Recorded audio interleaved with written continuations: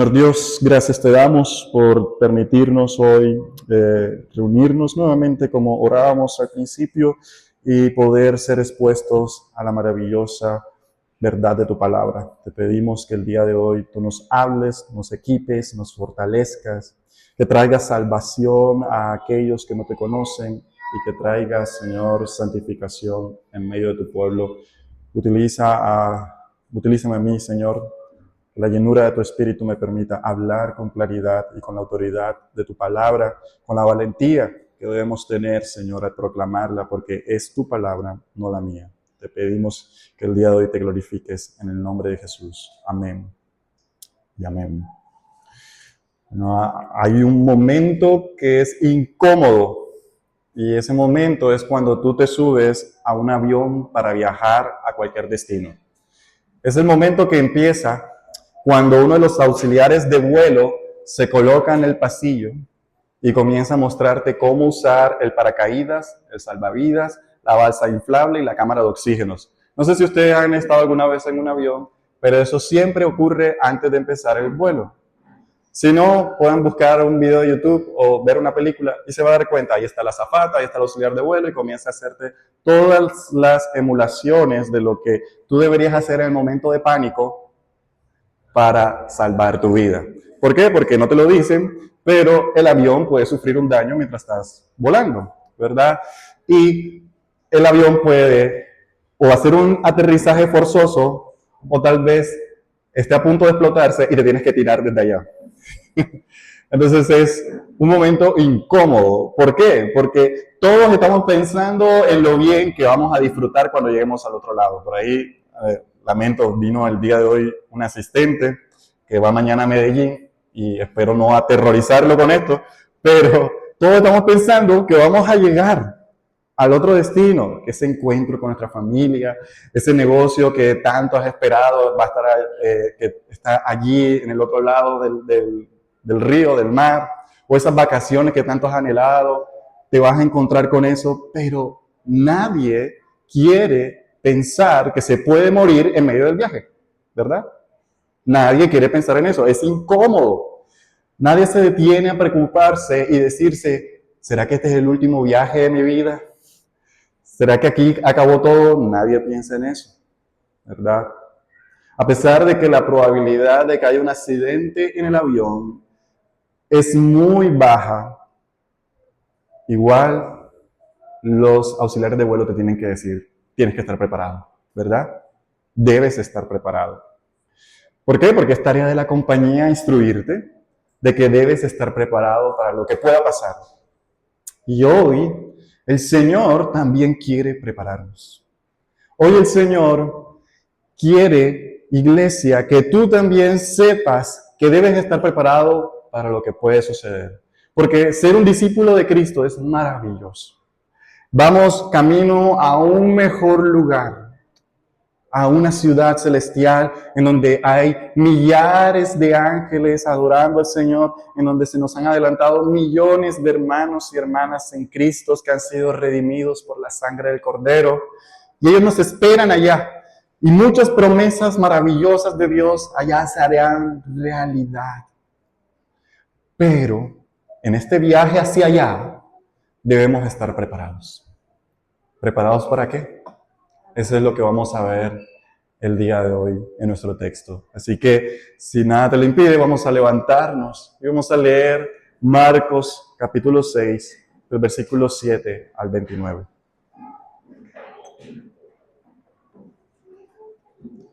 Marcos capítulo 6, versículo 7 al 29. Me dicen amén cuando lo tengan. Muy bien. Dice así la palabra. Voy a leer desde la mitad del versículo anterior. Después Jesús fue de aldea en aldea enseñando a la gente y reunió a sus 12 discípulos. Comenzó a enviarlos de dos en dos y les dio autoridad para expulsar espíritus malignos. Les dijo que no llevaran nada para el viaje, ni comida, ni bolso de viaje, ni dinero, sino solo un bastón. Les permitió llevar sandalias, pero no una muda de ropa. Les dijo, vayan por todo lugar que vayan, quédense en la misma casa hasta salir de la ciudad. Pero si en algún lugar se niegan a recibirlos o a escucharlos, sacúdense el polvo de los pies al salir para mostrar que abandonan a esas personas a su suerte. Entonces los discípulos salieron y decían a todos que se arrepintieran de sus pecados y volvieran a Dios. También expulsaban muchos demonios y sanaban a muchos enfermos, ungiéndolos con aceite de oliva. El rey Herodes Antipas pronto oyó hablar de Jesús, porque todos hablaban de él. Algunos decían, este debe ser Juan el Bautista que resucitó de los muertos. Por eso puede hacer semejantes milagros. Otros decían, es Elías. Incluso otros afirmaban, es un profeta como los grandes profetas del pasado. Cuando Herodes oyó hablar de Jesús, dijo, Juan, el hombre que yo decapité, ha regresado de los muertos. Pues Herodes había enviado soldados para arrestar y encarcelar a Juan para hacerle un favor a Herodías. Él se casó con ella a pesar de que era esposa de su hermano Felipe. Juan le había estado diciendo a Herodes, es contra la ley de Dios que te cases con la esposa de tu hermano. Por eso Herodías le guardaba rencor a Juan y quería matarlo. Pero sin el visto bueno de Herodes, ella no podía hacer nada. Porque Herodes respetaba a Juan y lo protegía porque sabía que era un hombre bueno y santo. Herodes se inquietaba mucho siempre que hablaba con Juan, pero aún así le gustaba escucharlo. Finalmente, Herodías tuvo su oportunidad en el cumpleaños de Herodes. Él dio una fiesta para los altos funcionarios de su gobierno, los oficiales del ejército y los ciudadanos prominentes de Galilea. Luego la hija del rey, también llamada Herodías, entró y bailó una danza que agradó mucho a Herodes y a sus invitados. Pídeme lo que quieras, le dijo el rey a la muchacha, y te lo daré. Incluso juró, te daré cualquier cosa que me pidas, hasta la mitad de mi reino. Ella salió y le preguntó a su madre, ¿qué debo pedir? Su madre le dijo, pide la cabeza de Juan el Bautista. Así que la muchacha regresó deprisa y le dijo al rey, quiero ahora mismo la cabeza de Juan el Bautista en una bandeja. Entonces el rey se arrepintió profundamente de lo que había dicho, pero debido a los juramentos que había hecho delante de sus invitados, no le podía negar lo que pedía. Así que envió de inmediato a un verdugo a la prisión para que le cortara la cabeza a Juan y luego se la trajera. El soldado decapitó a Juan en la prisión. Trajo su cabeza en una bandeja y se la dio a la muchacha, a quien se la llevó a su madre. Cuando los discípulos de Juan oyeron lo que había sucedido, fueron a buscar el cuerpo y lo pusieron en una tumba. Es la palabra del Señor. Podemos sentarnos.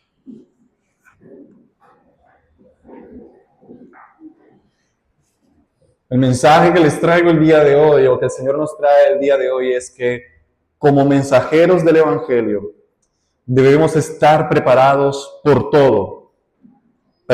Debemos estar preparados para todo por la causa de Cristo. Voy a repetirlo nuevamente porque me equivoqué. Como mensajeros del Evangelio debemos estar preparados para todo por la causa de Cristo. Debemos estar preparados para ser enviados y debemos estar preparados para ser silenciados. Esos son los dos puntos del día de hoy. Preparados para ser enviados. Empiezo por allí.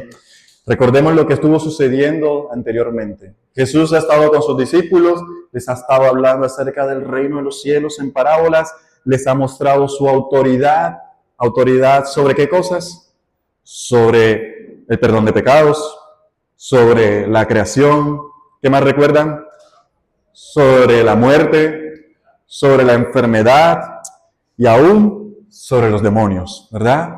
Jesús tiene toda la autoridad. Y ya que han pasado un tiempo bastante significativo con Jesús, Él quiere llevarlos a una nueva etapa de su discipulado.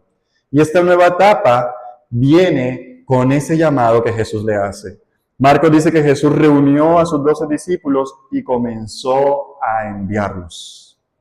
Es decir, la palabra allí en hebreo, en griego que se utiliza, es lo que hoy llamaríamos misión.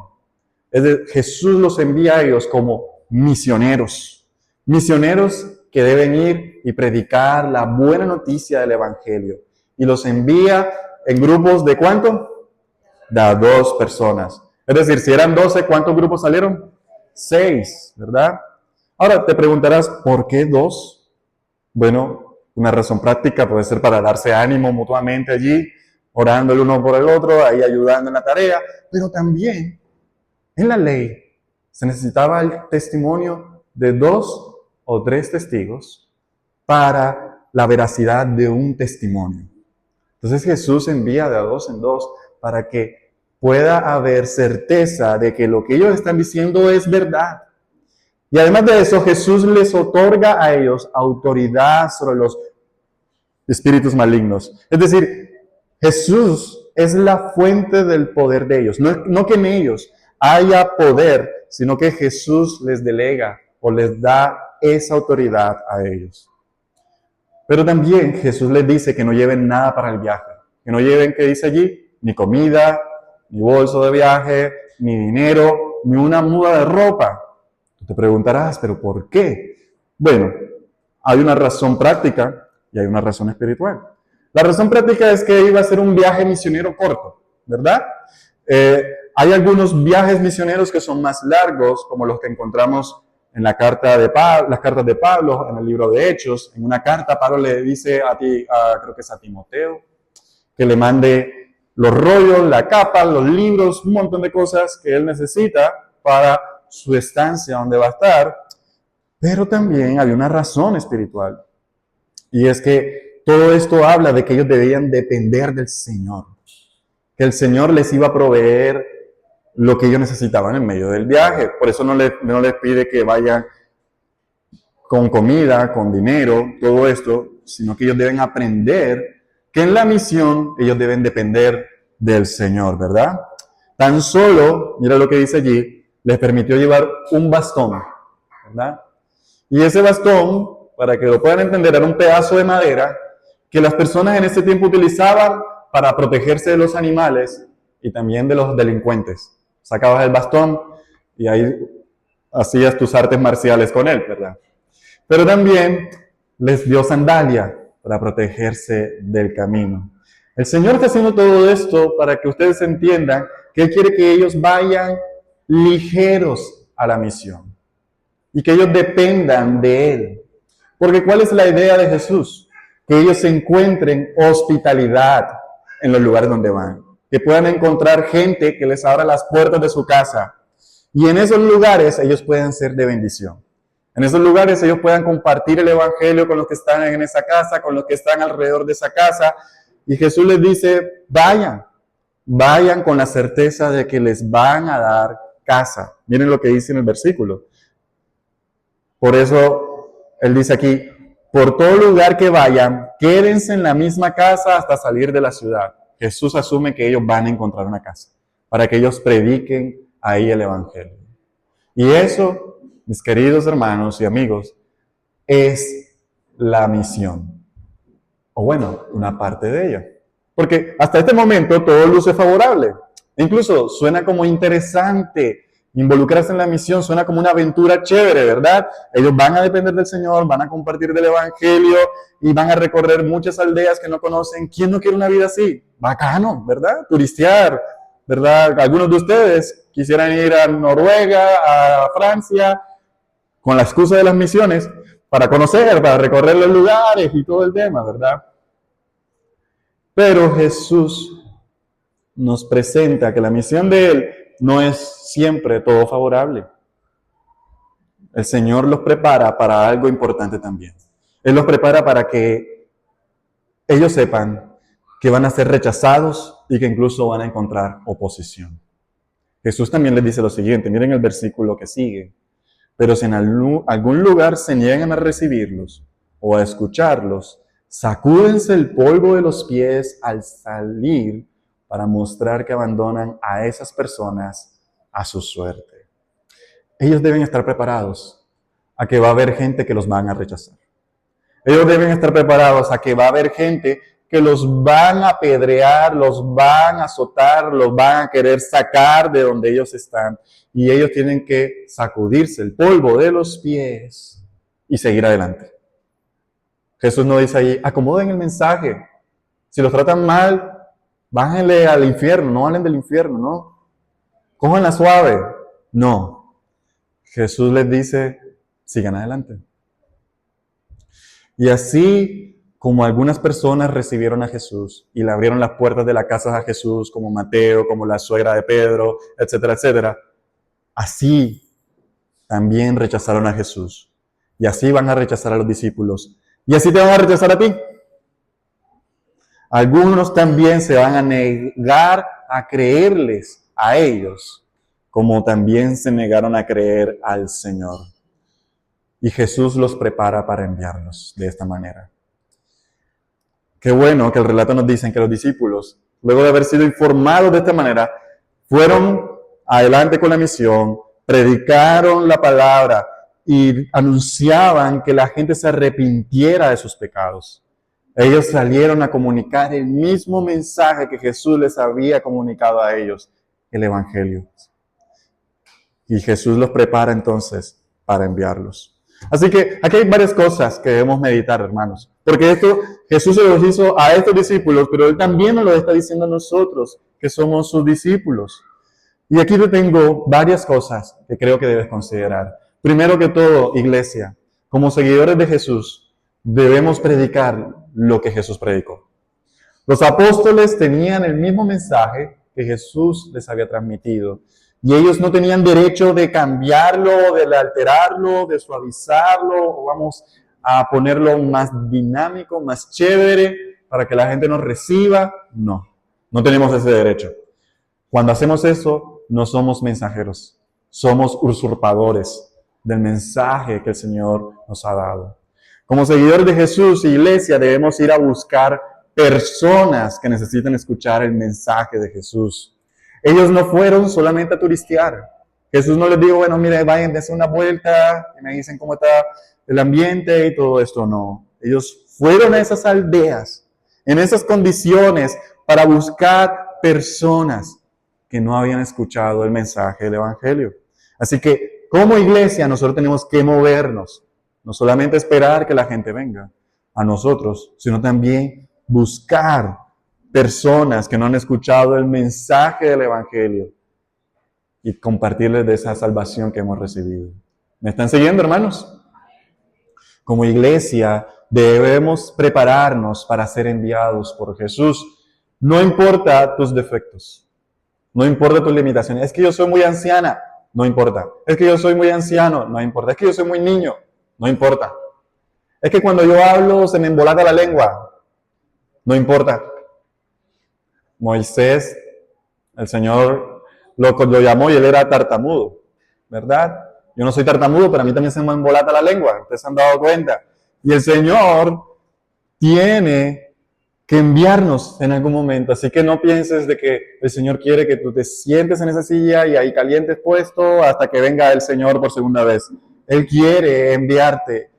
Aún así, aunque tú seas imperfecto e imperfecta, porque ¿quién envió ahí el Señor? A los 12. ¿Y quiénes eran esos 12? Ya sabemos, Pedro, que era un impulsivo, Mateo, Simón el Celote, que tenían allí su conflicto. Ellos eran incrédulos, a veces peleaban entre ellos para ver quién era el mejor, quién era el más importante. ¿Y ustedes saben eso?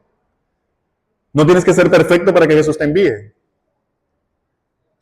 Tú solamente tienes que hablar del mensaje del Evangelio. Tú solamente tienes que dar testimonio de lo que Él ha hecho por ti. Eso es lo que ellos fueron a hacer y eso bastaba. Y por último, debemos estar preparados para que la gente nos rechace. Hay algunos de nosotros que nos hemos desanimado en predicar el Evangelio porque es que cuando yo predico el Evangelio la gente me rechaza. Sí, pero ese no es tu problema. Ese es el problema de esa persona con el Señor. ¿Verdad?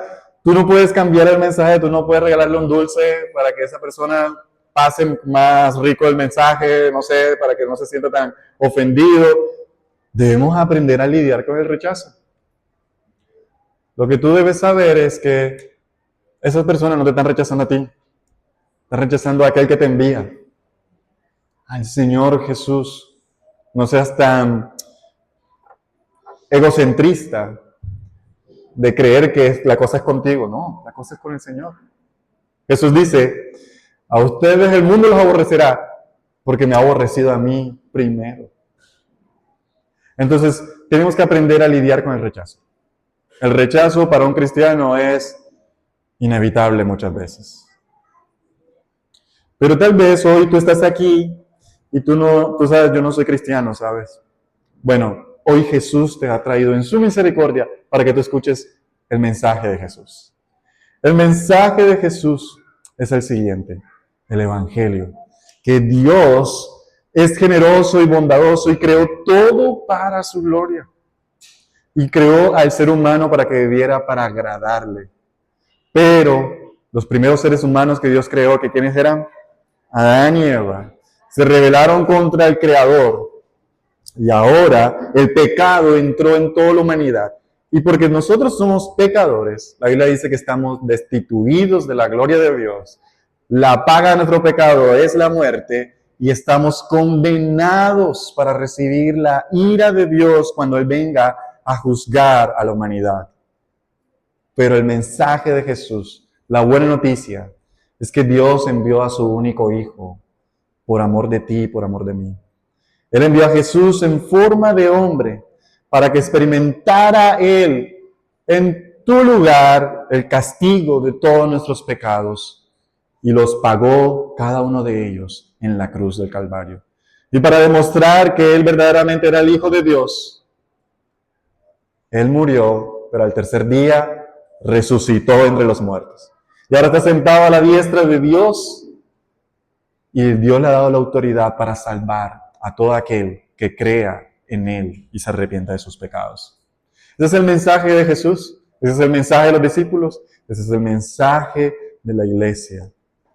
Escúchalo, créelo y dice la palabra que serás salvo. Amén. Entonces esto es un mensaje maravilloso y vale la pena ser un portador de este mensaje. Pero parte de la preparación de ser un discípulo de Cristo, parte de la preparación de ser un mensajero del reino, es que debemos estar también preparados para ser silenciados. Y ese es mi segundo punto.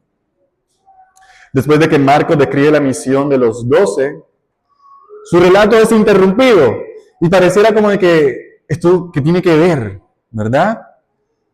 De hecho, los discípulos están haciendo la misión y todavía Marcos no ha relatado cómo les fue. Es en el versículo 30, donde Marcos retoma lo que estaba contando ahí a los discípulos. En medio de ese sándwich, ahí Marcos introduce una historia que tiene dos escenas. Primero, la preocupación de Herodes, Antipas, y él estaba preocupado de quién era ese Jesús. Y segundo, nos narra la ejecución de Juan el Bautista. Esto parece ser como desconectado de lo que aparentemente está diciendo Marcos, pero recuerda que Dios inspiró su palabra, ¿verdad? Y que este pasaje está aquí porque Dios inspiró que ahí debía estar. Porque aquí hay un mensaje. En esa unidad hay un mensaje. Y vamos a ir viéndolo poco a poco.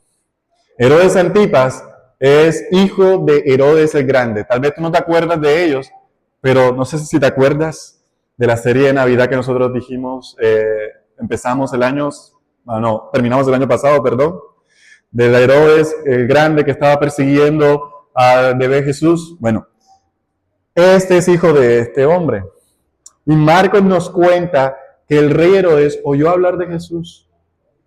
Y la gente decía de que este Jesús tal vez era Elías o de que era uno de los antiguos profetas.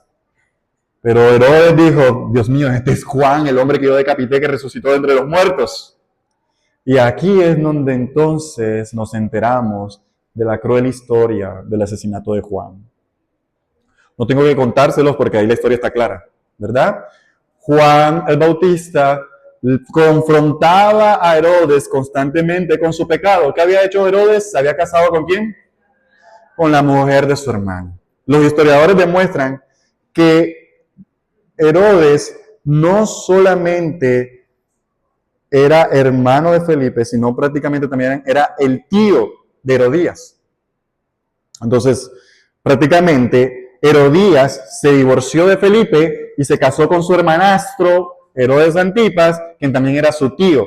Esto era la historia de Roma constantemente. Había incesto terrible en medio de estas personas. Y entonces Juan lo confrontaba con ese pecado. Pero Herodes no se atrevía a hacerle daño a Juan porque lo respetaba. Él lo protegía porque Herodes sabía que Juan era un hombre santo, un hombre justo.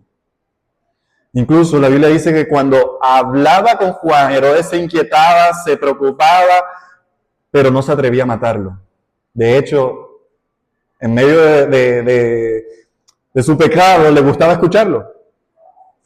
Es de ese tipo de personas que tú le estás predicando la palabra, nunca cambia, pero le gusta que tú le hables, ¿no? No sé si conocen personas así, pero yo conocí personas así. Uno le está diciendo, mira, lo que estás haciendo está mal. No, yo sé, hermanito, ora por mí. Pero no se arrepiente, ¿verdad? Así era Herodes, ¿verdad? Pero Herodías era diferente. Herodías odiaba a Juan y quería verlo muerto. Y entonces, el día del cumpleaños de Herodes, la hija de Herodías vino danzando hacia él, le hizo una danza que agradó a Herodes y a todos los que estaban ahí a su alrededor. ¿Quiénes estaban en ese cumpleaños? Estaban los gobernantes, la gente noble, la gente poderosa de aquel lugar. Y Herodes, encantado con lo que había hecho la hija de Herodías, le dijo, pídeme lo que quieras. Aún así te doy la mitad de mi reino, si me lo pides. Y la niña fue donde la mamá, y la mamá le dijo, pídele la cabeza de Juan el Bautista, ¿verdad? Herodes no quería. Ya nosotros leímos la historia, pero te estoy contando todo esto porque quiero que lleguemos a un punto. Y como el rey estaba en medio de su cumpleaños, y ahí estaban los gobernantes, y habían escuchado su juramento, qué boleta, ¿verdad? Si él decía que no iba a hacer eso. Él temió a los hombres. Prefirió hacer un acto abominable en vez de quedar mal con la gente. Y la cruda historia termina diciendo que Juan fue decapitado y cuando los discípulos de Juan supieron la noticia, fueron a buscar el cuerpo de Juan y lo pusieron en una tumba. Ahora, te vuelvo y te hago la pregunta. ¿Por qué esta historia tan trágica está aquí cuando Jesús nos está hablando de los discípulos que fueron enviados en misión? Porque Marcos quiere que sepamos, que sigamos el relato de los 12 siendo enviados a la misma misión que Juan tenía, proclamar el reino de Dios, y que veamos que esta misión también tiene el riesgo de costarnos la vida. ¿Lo están entendiendo?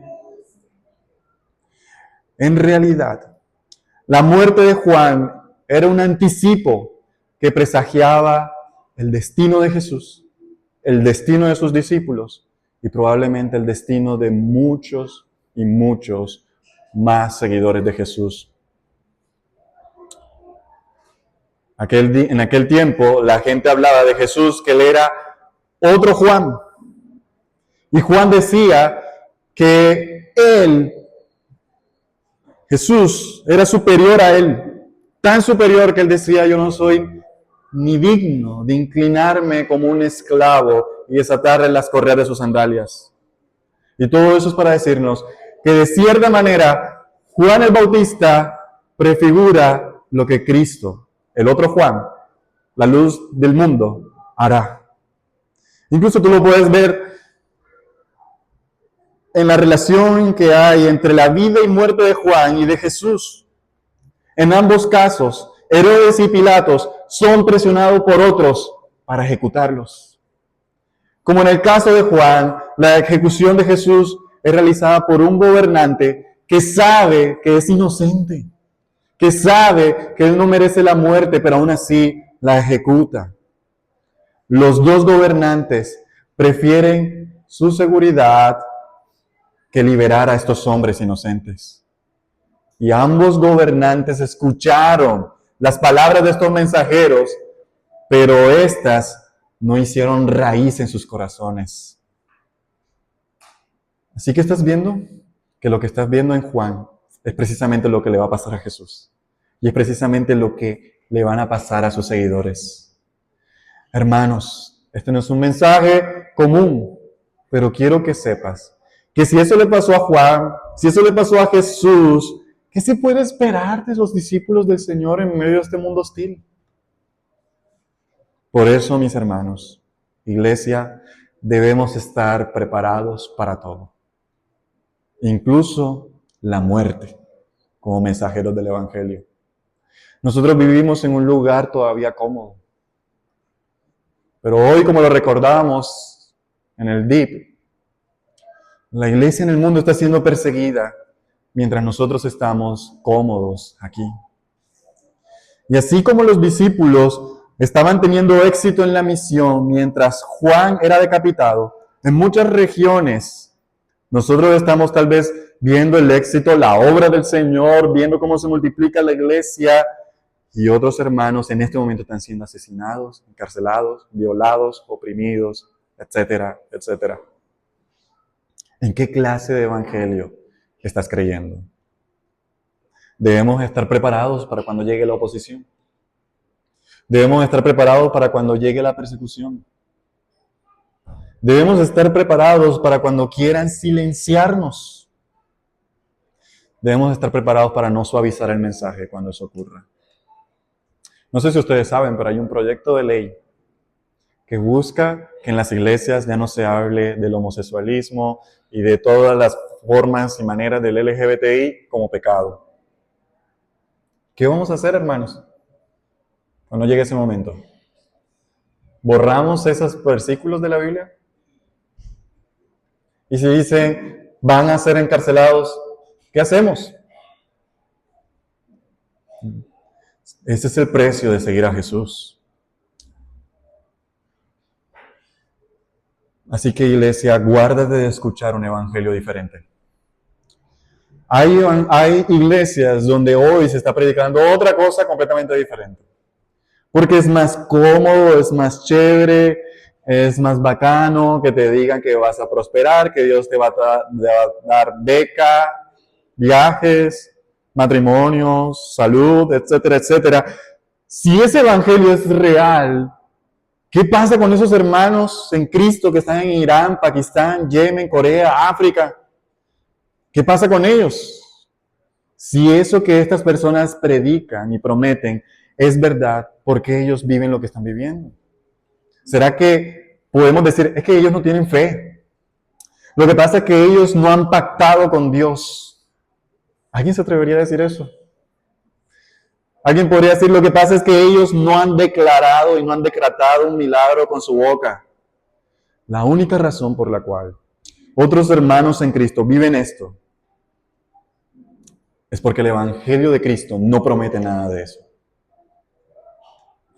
Y ese Evangelio es falso.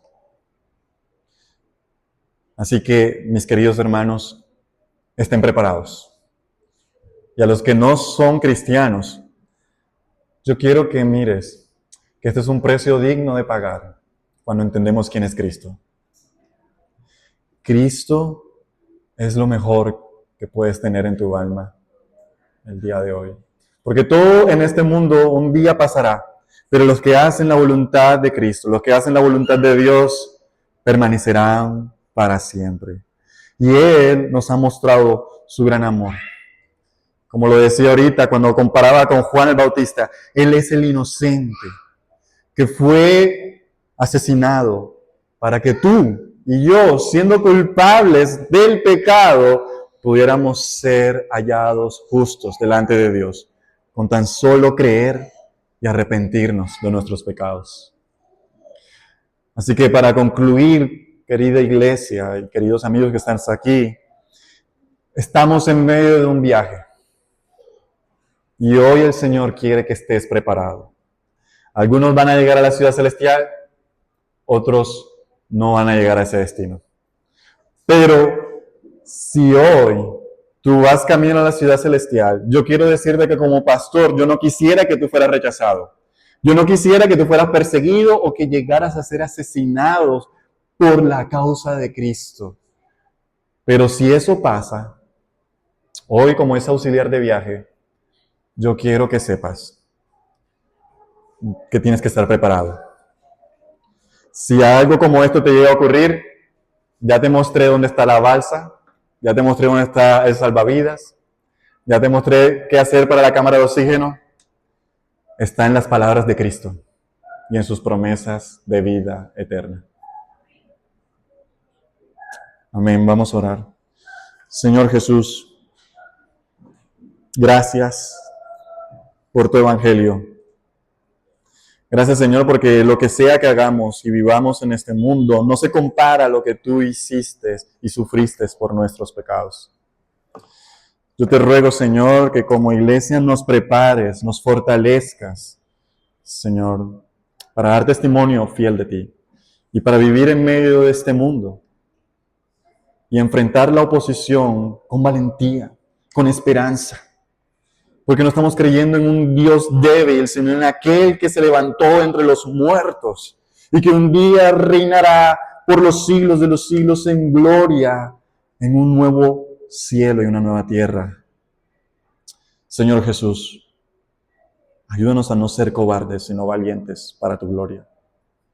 Y aquellos que hoy están aquí y aún no son parte de tus discípulos, Señor, yo te pido que les ayudes a ver ese mensaje tan maravilloso que hoy hemos compartido, el mensaje del Evangelio. Ayúdales a ver su condición, ayúdales a ver la oferta de vida eterna que tú les das a todos aquellos que ponen su fe en ti. Te lo pedimos en el nombre de Jesús. Amén.